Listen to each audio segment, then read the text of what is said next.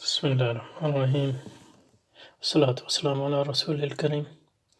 وآلہ وصحبہ اجمعین۔ تشکیل جدید الآیت اسلامی کے جو مترجم کا مقدمہ اس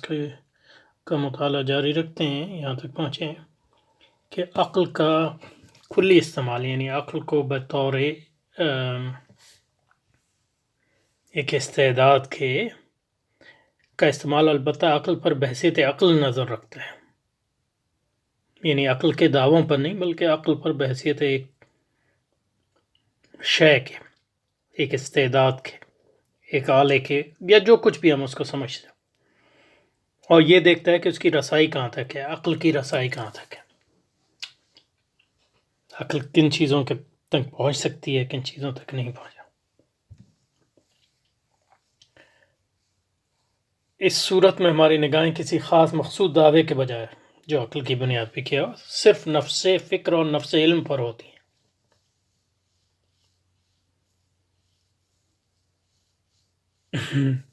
صرف نفس فکر اور نفس علم پر ہوتی ہیں۔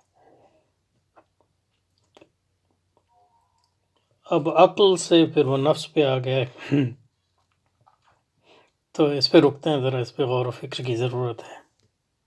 اب ہم یہ دیکھ آئے ہیں کہ انہوں نے عقل بحیثیت ایک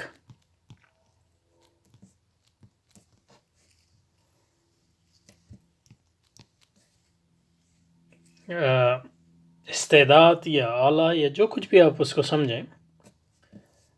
اور اس کی بنیاد پر جو دعوے، عقل کی بنیاد پر جو دعوے کیے جاتے ہیں، تو اسی طرح مثلا یہ کہ یہ ہو گئی مشین، اور اس مشین سے جو اس کا چیز پیدا ہوگی، پروڈکٹ ہوگا یا پیداوار یا مصنوعات، تو یہ جب عقل پر بحیثیت عقل ہم غور و فکر کرتے ہیں، جس کا یہ عقل کا کلی استعمال کر رہے ہیں، تو ہم اس بات پر کرتے ہیں کہ اس مشین کی کیا استعداد ہے، یہ کیا بنا سکتی ہے اور کیا نہیں بنا سکتی۔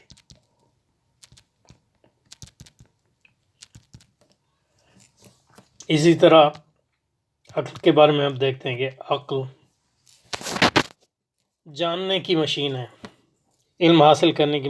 مشین ہے، افکار پیدا کرنے کی مشین ہے، حقیقت تک پہنچنے کی مشین ہے۔ تو کہاں تک کس قسم کے افکار تک پہنچ سکتی ہے، کس قسم کا علم اس سے حاصل ہو سکتا ہے، یہ علم حاصل ہو سکتا بھی ہے کہ نہیں،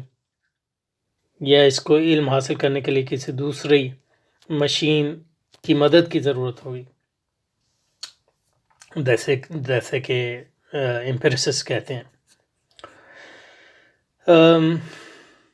وغیرہ وغیرہ۔ تو اس میں بنیادی طور پہ انہوں نے فرق کیا ہے۔ تو کہہ رہے ہیں کہ جب ہم عقل پر بطور مشین کے اپنی توجہ مرکوز کریں گے اور اس کے داموں یا اس کی مصنوعات سے غض نظر کریں گے، تو اس سے جو ہے یہ کہہ رہے ہیں کہ اس سے جو ہے ہمیں فائدہ یہ ہوگا کہ ہم فکر اور علم اور اس کا جو تعلق عقل ہے وہ عقل سے ہے، اس کو تو عقل کی ہمیں حدود بھی معلوم ہو جائیں گی، اس کی وسعتیں بھی معلوم ہو جائیں گی، اور اس کا تعلق جو ہے فکر سے یا علم سے جو بھی ہے وہ بھی معلوم ہو جائے گا۔ لیکن جیسے کہ میں نے آپ کو کہا کہ یہ بڑا مشکل ہے، کیونکہ فکر اور علم بھی تو عقل کی پیداوار ہے نا۔ تو یہ عقل کلی اور جزئی میں جو ہے تجریدی طور پہ تو ہم فرق کر سکتے ہیں، لیکن جب بھی ہم اس پہ بات کریں گے تو جو بات پھر جو ہے اس کے پروڈکٹس یا اس کی مصنوعات یا اس کی پیداوار پر آ جائے گی، یا مخصوص دعووں پر آ جائے گی۔ یعنی دوسرے الفاظ میں عقل کلی اور عقل جزئی کو عملاً جو ہے الگ کرنا بہت مشکل ہے۔ آپ نظری طور پہ تو کر سکتے ہیں، لیکن عملاً اب آپ کہہ رہے ہیں کہ عقل کلی کا استعمال البتہ عقل پر بحیثیت عقل نظر رکھتا ہے اور یہ دیکھتا ہے کہ اس کی رسائی کہاں تک ہے، ٹھیک ہے۔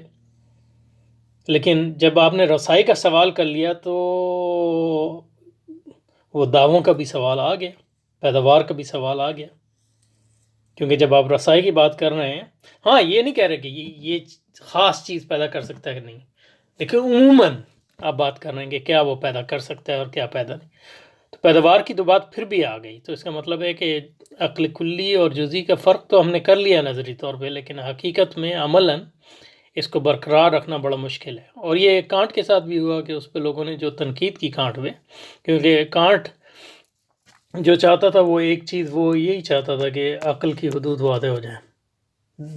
اس سے پہلے کہ ہم عقل کے فکر اور علم سے تعلق پر بات کریں، عقل کی حدود پہلے واضح کر لیں۔ تو لوگوں نے یہی کہا کہ مطلب یہ ہے کہ علم اور فکر، عقل پر جب بھی ہم بات کریں گے تو علم اور فکر پر بات تو ضرورتاً اس میں شامل ہوگی، تو یہ جو نظری تقسیم ہے، عملاً اس تقسیم کو قائم کرنا بہت مشکل ہو جاتا ہے۔ تو عقل کا کلی استعمال البتہ عقل پر بحیثیت عقل نظر رکھتا ہے اور یہ دیکھتا ہے کہ اس کی رسائی کہاں تک ہے۔ اس صورت میں ہماری نگاہیں کسی مخصوص دعوے کے بجائے چونکہ صرف نفس فکر اور نفس علم پر ہوتی ہیں، یعنی جب ہم عقل پر بطور ایک مشین کے کریں گے تو ہماری توجہ نفس فکر اور نفس علم پر ہوگی، یعنی ہم بات کریں گے فکر کیا ہے اور علم کیا ہے اور ان کی حقیقت کیا ہے،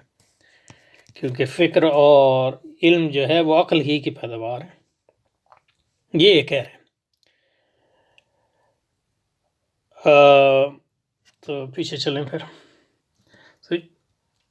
اس صورت میں ہماری نگاہیں کسی مخصوص دعوے کی بجائے چونکہ صرف نفس فکر اور نفس علم پر ہوتی ہیں، لہذا ہم ایک ایک کر کے جملہ حقائق کا جائزہ لیتے ہیں اور فکر کا رشتہ علم سے جڑ جاتا ہے۔ یوں بھی فکر کا مسئلہ علم ہی کا مسئلہ ہے،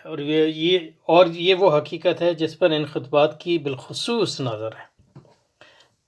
تو کہہ یہ رہے ہیں کہ اگر ہم عقل پر بطور عقل توجہ مرکوز کریں گے تو اس کے نتیجے میں جو ہے فکر اور علم کی حقیقت بھی واضح ہو جائے گی اور فکر کا رشتہ جو ہے علم سے جڑ جائے گا۔ تو علم، عقل اور فکر کا کیا تعلق ہے؟ علم، فکر اور عقل کا کیا تعلق ہے؟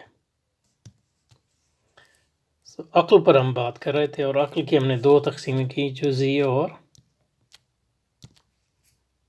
کلی اور جزئی، اور یہ کہہ رہے ہیں کہ کلی، اور یہ کہہ رہے ہیں کہ اگر آپ کلی پر توجہ مرکوز رکھیں گے تو اس سے جو ہے آپ کو نفس فکر، یعنی فکر بطور فکر اور نفس علم کے بارے میں آپ کو، یعنی اس اور فکر اور اس، یعنی مخصوص فکر اور علم کی بات نہیں کر رہے، پھر یعنی مطلب فکر کی بھی دو قسمیں وہ کر رہے ہیں، کلی اور جزئی، اور علم کی بھی کلی اور جزئی۔ جس علم اور فکر کی یہاں وہ بات کر رہے ہیں وہ صرف کلی ہے، اور اس کے نتیجے میں فکر اور علم کا رشتہ بھی بطور کلی کے واضح ہو جائے گا۔ لیکن کم از کم اس سطح پر اس وقت تک تو مجھ پر یہ واضح نہیں ہے کہ نفس عقل پر یا عقل کلی پر غور کرنے سے فکر کلی اور علم کلی کے بارے میں ہمیں کیا حاصل ہو سکتا ہے، یعنی کیا بصیرت حاصل ہو سکتی ہے، اور عقل کلی پر غور و فکر کے نتیجے میں فکر اور علم کے درمیان جو ربط ہے وہ کیسے واضح ہو سکتا ہے۔ تو یہ بہت زیادہ واضح نہیں ہے، لیکن اس یعنی ایک میں اس کی توجہ کرتا ہوں، ہو سکتا ہے وہ یہ ان کی بھی یہی توجہ ہے۔ تو جب نہ آپ نے عقل کی کلی پہ بات کی تو آپ اس پہ بات کر رہے ہیں کہ عقل کی استعداد کیا ہے، کیا کر سکتی ہے اور کیا نہیں کر سکتی. تو اس سے آپ کہیں گے کہ عقل جو کرتی ہے فکر پیدا کرتی ہے، اور پھر فکر جو ہے یعنی فکر میں تصورات آ جاتے ہیں جن کو آپ انگریزی میں آئیڈیاز کہتے ہیں یا تھاٹ بھی کہتے ہیں.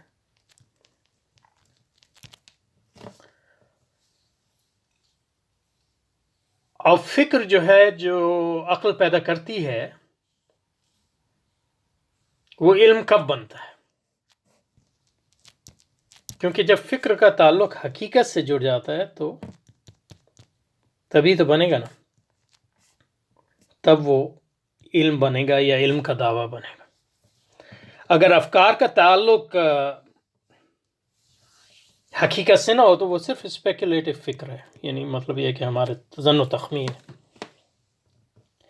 اب جب ہم مادی دنیا کی بات کرتے ہیں یا وہ دنیا جس تک ہمارے حواس کی رسائی ہے، تو اس میں عمومی جو نظریہ ہے لوگوں کا، جو غالب نظریہ وہ یہی ہے کہ عقل جو ہے تصورات پیدا کرتی ہے، فکر پیدا کرتی ہے، لیکن اس کو حواس کی مدد چاہیے حقیقت تک پہنچنے کے لیے اور علم بنانے کے لیے. اس کا مطلب یہ ہوا کہ عقل جو ہے افکار پیدا کرتی ہے اور وہ افکار حواس جو ہے معلومات فراہم کرتے ہیں، اور ان معلومات کو ان افکار کے مطابق جو ہے ہم اس کو ترتیب اور تنظیم دیتے ہیں اور اس کے نتیجے میں جو ہے علم حاصل. لیکن یہ صرف مادی علم کی بات ہے،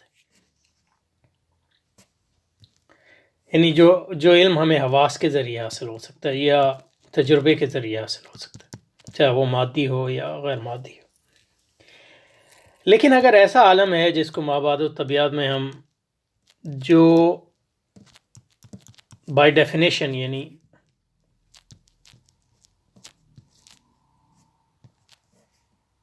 تعریف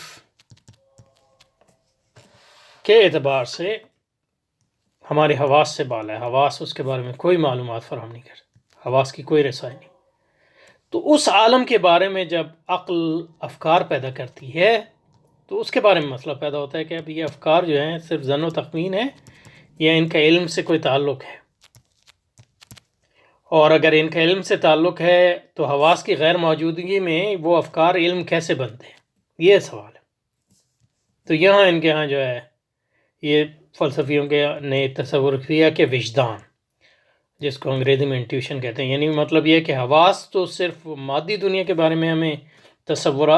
معلومات فراہم کرتے ہیں، لیکن وجدان جو ہے وہ مابعد و طبیعت کے بارے میں ہمیں معلومات فراہم. لیکن یہ خود ایک دعویٰ ہے، کیونکہ مابعد و طبیعت ہمارے پاس مابعد و طبیعت تک، اگر مابعد طبیعتی عالم تک کوئی رسائی نہیں ہے تو یہ بھی ایک دعویٰ ہے کہ مطلب اس کے بارے میں ہمیں معلومات حاصل ہوتی ہیں. تو بہرحال یہ کچھ واضح ہوئی ان کی بات کہ یعنی آپ تصور سمجھ لیں کہ وہ یہی ہے، یہ اصل مسئلہ یہی ہے کہ جب ہم عقل کی رسائی کی بات کریں گے تو اس میں فکر کی بات آئے گی، فکر جو اس کی پیداوار ہے، اور اس میں علم کی بات آئے گی، اور اس میں فکر اور علم کا تعلق کی بات آئے گی، اور خاص طور پہ فکر جو ہے کب ظن و تخمین سے اٹھ کر علم کا درجہ حاصل کرتی ہے. اور مادی عالم کے بارے میں جو ہے اتنے اس میں مسئلہ نہیں ہے، لیکن مابعد طبیعتی افکار جو ہیں ان کے بارے میں جو ہے سارا جھگڑا. تو یہ فلسفے کا موضوع ہے، اور یہ وہ کہہ دیں گے سائنس کا موضوع ہے یا اور دوسرے جو علوم ہیں ان کا موضوع ہے. تو کہا یہی جاتا ہے کہ سائنس ترقی اس لیے کی کہ فکر جو ہے علم میں تبدیل ہو سکتا ہے. فلسفہ ترقی اس لیے نہیں کرتا کہ مابعد طبیعتی عالم کے بارے میں جو ہے یہ ہمارے پاس کوئی جاننے کا ذریعہ نہیں ہے کہ ہمارے افکار جو ہیں وہ حقیقت کے مطابق ہیں کہ نہیں، کیونکہ افکار جب حقیقت کے مطابق ہوتے ہیں اسی مطابقت کا نام جو ہے علم ہے. ایک تعریف علم کی یہی. اور پھر جو یہ مذہب کی بات کر رہے ہیں تو مذہب کا بھی یہی مسئلہ ہے، یہ مذہب بھی مبنی ہے معبد و طبیعتی حقائق کے بارے میں افکار پر۔ تو مذہب جو ہے اس کی بنیاد وہی میں لاتا ہے، کہتا ہے کہ عقل کی بنیاد پہ جو ہے آپ معبد و طبیعت کے بارے میں حقیقی علم حاصل نہیں کرتے، اس کے لیے آپ کو وحی کی ضرورت۔ مذہب یعنی مذہب حق، اسلام جو دین ہے اصل میں۔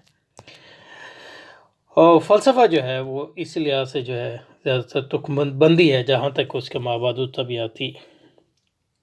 لیکن نذیر صاحب نیاز صاحب جو یہ کہہ رہے ہیں کہ اب اگر عقل پر بطور عقل غور و فکر کریں گے تو پھر آپ کو